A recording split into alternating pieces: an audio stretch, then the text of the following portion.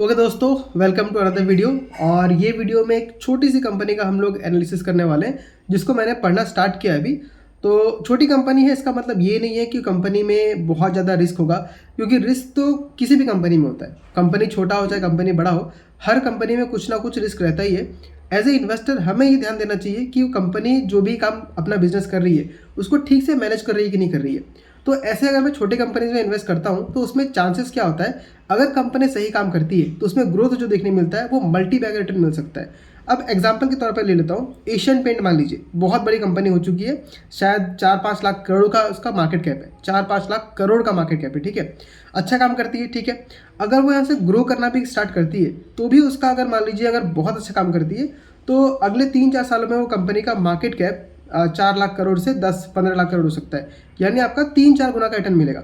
लेकिन वहीं पे कोई कंपनी जो बहुत छोटी कंपनी है, 700 करोड़ 1000 करोड़ की जो कंपनी है, अगर वो सेम परफॉर्मेंस करती है एशियन पेंट की तरह, मतलब जिस रफ्तार से एशियन पेंट ग्रो कर रहा है वैसा ही ग्रोथ अगर उस छोटी कंपनी में देखने मिलता है, तो वो सेम छोटी कंपनी 4-5 गुना नहीं बढ़ेगा, वो आपका 10 से 20 गुना हो सकता है। क्योंकि अगर हम देखें तो जो मिड कैप कंपनीज होती हैं उनका मार्केट कैप आपका 10,000 से लेकर 50,000 करोड़ तक बीच होता है। तो अगर एक कोई कंपनी 1000 करोड़ पे है और वो मिड कैप कंपनी बन जाती है तो वो 50,000 करोड़ तक बन सकती है, मतलब 1 रुपये से वो 50 रुपये तक बढ़ सकता है। आपका जो पैसा है वो लिटरली 50 गुना रिटर्न बना के दे सकता है अगर कंपनी अच्छे से काम करती है तो वैसे ही छोटी सी कंपनी के बारे में बात कर रहा हूँ जिसका नाम है Krishival fruit and nuts, dry fruits का कंपनी है। बिजनेस मॉडल बहुत ही सिंपल सा है। क्या करती है वो, आपका अलग अलग सोर्सेज से, इंडिया से हो गया, फिर आपका अफ्रीका से हो गया, तंजानिया से हो गया, कंबोडिया हो गया, ये जितने भी जगह पे जहाँ ड्राई फ्रूट्स ग्रो करता है वहाँ के फार्मर से ये ड्राई फ्रूट कलेक्ट करती है और खुद का इनका फैक्ट्री है। 2 फैक्ट्रीज है, मेनली महाराष्ट्र में है, और एक 5 एकड़ का नया एक और फैक्ट्री लोग स्टार्ट कर रहे हैं ड्राई फ्रूट्स और आइसक्रीम के लिए, उसके बारे में बात करेंगे। तो उन फैक्ट्रीज में लाके खुद ही वो फिल्टर आउट करती है, सेपरेशन करती है और उसको फ्लेवर देके, मतलब वैल्यू ऐड करके उसको प्रोडक्ट में बना के, पैकेजेस बना के उसको बेचती है। तो अगर एक तरीके से देखा जाए तो सोर्सिंग से लेके पैकेजिंग तक पूरा काम ये कंपनी खुद ही कर रही है। और अभी कंपनी का अगर हम ग्रोथ देखें तो मैं एक सेकंड निकाल लेता हूँ यहाँ पे। कंपनी का ग्रोथ अगर देखिए तो देखिए, जून क्वार्टर में उन्होंने लगभग 50 करोड़ का सेल्स किया था और सितंबर क्वार्टर में उन्होंने 66 करोड़ का सेल किया है। मतलब आपका यहाँ पे आपको 30 से 40% तक का आपको ग्रोथ देखने के लिए मिल रहा है। नेक्स्ट वहीं अगर प्रॉफिट में देखें तो आपका प्रॉफिट भी काफ़ी अच्छे तरीके से ग्रो कर रहा है, जो कि पिछले सितंबर क्वार्टर में इनके पास लगभग 5-6 करोड़ का प्रॉफिट था, अब वो बढ़ के 5.80 करोड़ का प्रॉफिट हो चुका है। ये मैं आपको क्वार्टर दिखा रहा हूँ।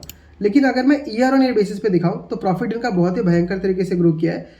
2022 से अगर देखें तो 3 करोड़ से प्रॉफिट बढ़ के आपका हो चुका है अभी 14 करोड़ का, मतलब प्रॉफिट आपका लगभग 4 गुना से भी ज़्यादा बढ़ चुका है। तो यहाँ पे कंपनी काफ़ी अच्छा खासा ग्रोथ दिखा रही है। अब कंपनी का एक बार देख लेते हैं कि मेन स्टार्टिंग कब हुआ था, मतलब जो बेसिक फंडामेंटल्स कंपनी के बारे में देख लेते हैं। तो कंपनी का नाम है कृषिवाल फूड्स बोल के। ये कंपनी लगभग 12 साल का इसको एक्सपीरियंस है और इसकी करंटली 200 एम्प्लॉयज़ हैं और 2 मेन सेक्टर में काम करती है। FMCG कंपनी है, मतलब फास्ट मूविंग कंज्यूमेबल गुड्स, जैसे फ्रूट एंड नट्स हो गया, आइसक्रीम हो गया, ये बहुत जल्दी जल्दी बिकता है। किसी ने खाया, उसको मन किया, वो फिर से एक और कल लेके आ जाएगा। ड्राई फ्रूट्स हुआ, 1 महीना चला, फिर से लोग कल लेके आ जाएंगे नेक्स्ट दिन। तो इसको बोलते हैं FMCG। अब ये company main premium nuts dry fruits में है और इसका एक और सेगमेंट है बिजनेस का जो कि आइसक्रीम का है, और आइसक्रीम में ये मेल्ट एंड मेलो नाम का जो ब्रांड है उसके अंडर में अलग अलग आइसक्रीम्स बना के बेचते हैं। तो इस कंपनी का हिस्ट्री अगर बात करें तो FY22 में इस कंपनी का लिस्टिंग हुआ था स्टॉक मार्केट में, बट वो मेन बोर्ड में नहीं हुआ था, वो SME लिस्टिंग हुआ था। मतलब उसमें क्या होता है कि क्योंकि ये छोटे कंपनीज रहते हैं, अभी देखिए अभी भी ये लगभग आपका इसका मार्केट कैप कितना होगा, अराउंड 1000 करोड़ का मार्केट कैप है। तो जब ये 2022 में लिस्ट हुई थी तो इसका मार्केट कैप बहुत ही छोटा सा होगा, 400-500 करोड़ या उससे भी कम का होगा। तो वहाँ पे SME लिस्टिंग होता है, मतलब वहाँ पे क्योंकि बहुत छोटी कंपनी है तो रिस्क ज़्यादा है, तो वहाँ पे एक बार में आपको मोटा पैसा लगाना पड़ता है, उसके शेयर्स आपको लॉट्स में मिलते हैं। लेकिन अब 2025 में ये मेन बोर्ड में आ चुकी है और मेन बोर्ड में आने के साथ साथ क्या होता है कि आपको पहले जो रिजल्ट देना पड़ता है SME में वो 6-6 महीने पे देना पड़ता है, बट मेन बोर्ड में आने के बाद आपको हर 3 महीने में कंपनी का रिजल्ट देना पड़ेगा, कॉन कॉल करना पड़ेगा। इनफैक्ट इस कंपनी ने अभी कॉन कॉल करना भी स्टार्ट किया है। तो इन सब चीज़ों से क्या होता है ना कि जो इन्वेस्टर है उसका ट्रस्ट बढ़ता है कंपनी के ऊपर। अगर हर 3 महीने में कंपनी का मैनेजमेंट आके आपसे बात कर रहा है, रिजल्ट पेश कर रहा है और आप क्वेश्चन पूछ पा रहे हैं, तो ये क्या करता है, कंपनी के ऊपर ट्रस्ट बनाता है और इन्वेस्टर्स का डिमांड बढ़ सकता है अगर कंपनी अच्छा करती है तो पहला स्टेप कंपनी ने अच्छा किया है। अगर हम इसके देखिए ड्राई फ्रूट्स अगर बेचती है तो क्या चाहिए इसको चाहिए रिटेल आउटलेट्स। जितना ज़्यादा दुकानों बेच पाएंगी उतना ज़्यादा इनके लिए प्रॉफिटेबल होगा। तो अभी 10,000 प्लस टच पॉइंट्स है जहाँ से ये अपने ड्राई फ्रूट्स को बेचते हैं। और आइसक्रीम का अगर देखें तो वो 25,000 प्लस टच पॉइंट्स है। और मेनली इनका जो मार्केट है वो वेस्टर्न साउथ की तरफ है, जैसे महाराष्ट्र हो गया, मध्य प्रदेश हो गया, गोवा हो गया, हैदराबाद, कर्नाटका, मतलब साउथ वेस्ट की तरफ जो भी इंडिया के जो स्टेट्स है वहाँ पे इनका मेजर अभी बिजनेस प्रेजेंस है। आगे जाके बढ़ने का चांसेस है उसका। सिंगापुर में भी इनका थोड़ा बहुत बिकता है सामान, और वहाँ पे लगभग 300 दुकानें हैं जहाँ पे ड्राई फ्रूट्स और अपना आइसक्रीम बेचते हैं। नेक्स्ट कंपनी का इस पूरे सेक्टर का अगर हम अपॉर्चुनिटी देखें, क्योंकि कोई भी बिजनेस में अगर एज एन इन्वेस्टर मुझे देखना है तो मुझे ये समझ में आना पड़ेगा कि ग्रोथ आगे है कि नहीं। मान लीजिए अभी कंपनी इतना ग्रोथ दिखा रही है, उसके बाद कंपनी में ग्रोथ ही नहीं आया, जो बिक्री कर रही थी 4 साल पहले आज भी उतना ही बिक्री कर रही है। तो एज ए बिजनेसमैन मेरा तो पैसा आते जा रहा है, बट एज ए इन्वेस्टर मुझे उससे कुछ फ़ायदा नहीं होने वाला है, क्योंकि मैं जब पैसा 1,000 रुपये लगाया तो मेरे को चाहिए कि मेरा वो 1,000 रुपये 10,000 में बन जाए, ना कि मेरा वो 1,000, 1,001, 1,002 ऐसे बढ़े। तो इसके लिए हमें देखना चाहिए कि इस पूरे इंडस्ट्री में ग्रोथ है कि नहीं। तो ये जो ड्राई फ्रूट्स का जो इंडस्ट्री है ये आपका 6-7% CAGR से बढ़ रहा है। बहुत ज़्यादा ग्रोथ नहीं है, बट आपका इंडिया का GDP जितना बढ़ता है उसके आसपास ही ग्रो कर रहा है। और अगले 10 साल में अगर देखें तो ये पूरा इंडस्ट्री डबल हो सकता है। तो इंडस्ट्री का बात अगर करूँ तो उसमें बहुत बड़ा कोई ग्रोथ नहीं है, ऐसा भयंकर मुझे अपॉर्चुनिटी नहीं दिखता है। बट ये जो कंपनी है कृषिवाल, वो हर साल अपने प्रॉफिट को डबल जैसा करते जा रही है। तो कंपनी बहुत अच्छा ग्रो कर रही है, बट इंडस्ट्री में कोई बहुत बड़ा ग्रोथ नहीं है। नेक्स्ट अगर देखें कि ड्राई फ्रूट्स का क्यों कंपनी इतना अच्छा खासा कर पा रही है, तो मैनेजमेंट ये कह रही है कि आज के ज़माने में क्या हो रहा है, लोग बहुत ज़्यादा हेल्थ कॉन्शियस हो रहे हैं। तो पहले जहाँ पे लोग मैगी खा लेते थे और मान लीजिए कुछ बिस्किट खा लिया, चाय पी लिया, अब यहाँ पे लोग का क्या शिफ्ट हो रहा है, फोकस ड्राई फ्रूट्स की तरफ। मतलब घर में वो लोग मैगी रखने की जगह पे ड्राई फ्रूट्स रख रहे हैं, जिससे उनका हेल्थ काफ़ी अच्छा होता है। और प्लस ई-कॉमर्स के आने की वजह से उनका जो सेल्स है वो काफ़ी ज़्यादा एक्सपेंड कर गया है। पहले के ज़माने में आपको, पहले के ज़माने की बात नहीं, 10 साल पहले अगर मैं देखूं तो अगर आपको ड्राई फ्रूट्स खरीदना है तो आपको किराने की दुकान में जाइए और वहाँ पे आपको 1 पुआ, 1 kg, 100 ग्राम ऐसे के पैकेट मिलता था। बट अब क्या हो गया, एकदम मतलब अट्रैक्टिव पैकेजिंग में आने लग गया है, और ऑनलाइन आप बैठे ऑर्डर कर लीजिए। तो ये फैसिलिटीज़ आने की वजह से आपका जो ड्राई फ्रूट्स का जो सेल्स है वो भी काफ़ी अच्छा खासा ग्रो कर रहा है। नेक्स्ट आइसक्रीम का देखें तो आइसक्रीम सेक्टर में बहुत अच्छा खासा ग्रोथ बता रही है कंपनी, लगभग 16-17% CAGR से ग्रो कर रहा है। तो इसका मतलब अगले 3-4 साल में ही ये जो इंडस्ट्री है, इस कंपनी का बात नहीं कर रहा हूँ, पूरा इंडस्ट्री आपका डबल हो सकता है। तो अगर कंपनी अच्छे से काम करती है तो काफ़ी अच्छा खासा प्रॉफिट कमा सकती है। और यहाँ भी आइसक्रीम में सेल्स इसका क्यों बढ़ रहा है, क्योंकि अभी पूरे इंडिया का जो कोल्ड चेन स्टोरेज का सिस्टम जो है, लॉजिस्टिक जो है, वो काफ़ी अच्छा खासा इंप्रूव हुआ है। ऑनलाइन का बाइंग काफ़ी अच्छा खासा बढ़ गया है। और आज के ज़माने में देखें तो आपका जो आइसक्रीम का सेल्स है वो सिर्फ गर्मी के सीज़न तक वो नहीं रह गया, मतलब सिमट के नहीं रह गया। अभी ठंडी के सीज़न में भी, या मान लीजिए कोई बहुत ज़्यादा गर्मी नहीं है तो भी लोग आइसक्रीम प्रीफर करते हैं एज ए डेजर्ट, और मान लीजिए ऐसे ही मतलब आइसक्रीम रखा रहता है, लोग खाते हैं। तो आइसक्रीम का आप बोल सकते हैं कल्चर काफ़ी अच्छा खासा इंप्रूव होते हुए दिख रहा है हमको। अब अगर हम इसको देखें तो इसका जो ड्राई फ्रूट्स है उसके पास लगभग 45 SKUs है। मतलब अगर काजू है तो रोस्टेड काजू, आपका सॉल्टेड काजू, ड्राई काजू, ऐसा कुछ कुछ बना के 45 अलग अलग लोग बेचते हैं। किशमिश हो गया, एप्रिकॉट हो गया, अंजीर हो गया, अखरोट हो गया, ये सारे मतलब फ्लेवरफुल बना के बेचते हैं। आइसक्रीम में देखें तो 148 SKUs है, मतलब अलग अलग फ्लेवर का आइसक्रीम बेचते हैं लोग। और आइसक्रीम का जो बिजनेस है वो मेनली इनका डायरेक्ट टू कस्टमर है, मतलब ये लोग किसी और को नहीं बेचते, सीधा आउटलेट खोल के कस्टमर को बेचते हैं। लेकिन जो ड्राई फ्रूट है वहाँ पे इनका 50-50 बटा हुआ है, मतलब 55% B2B है और 45% B2C है। डायरेक्ट दुकान खोल के बेचते हैं 45%, और जो बड़े बड़े कंपनीज हो गए, जैसे मान लीजिए आपका जो ड्राई फ्रूट्स बेचता है या कोई आइसक्रीम कंपनी होगा, उसको ड्राई फ्रूट्स ही होता है ना बेचने के लिए, तो उनका बिजनेस इनका 55% का है। बाकी मैंने आपको फैक्ट्री के बारे में बात कर लिया। सोर्सिंग कहाँ से करती है ऑलरेडी हमने बात कर लिया है, इंडिया, घाना, USA, कंबोडिया, इन सारे कंट्रीज से सोर्सिंग करती है।